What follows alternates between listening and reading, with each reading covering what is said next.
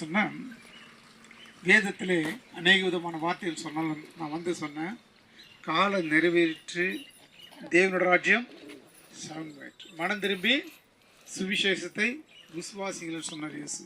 அப்போது காலம் நிறைவேற்றி தேவனுடைய ராஜ்யம் மனம் திரும்ப சொல்கிறார். எத்தனை பேர் மனம் திரும்பி இருக்கிறீங்க அப்படின்னா என்னதுப்பா அப்படின்னு கேட்பீங்க.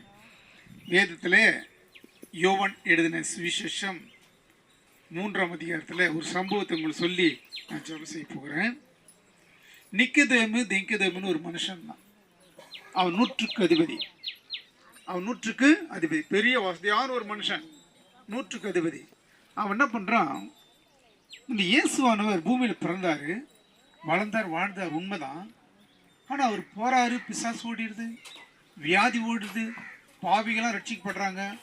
ஆனால் நான் இவ்வளோ வசதியாக இருக்கிறேன், அவர் எப்படியா பார்க்கணுங்க. இன்றைக்கி நிறைய பேர் நம்ம இயேசு ஏற்றுக்கொள்ளுவாங்க, வர்றதுக்கு வெக்கமாக இருக்கும், என்ன சொல்கிறவங்களோ அப்படின்னு சொல்லிட்டு.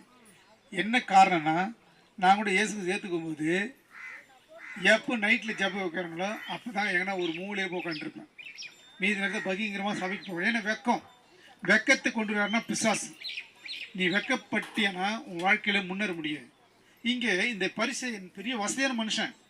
அவன் என்ன பண்ணுறான், யாருக்கும் தெரியும், ரைட்டில் போகிறான், ராக்காலத்தில் போகிறான்.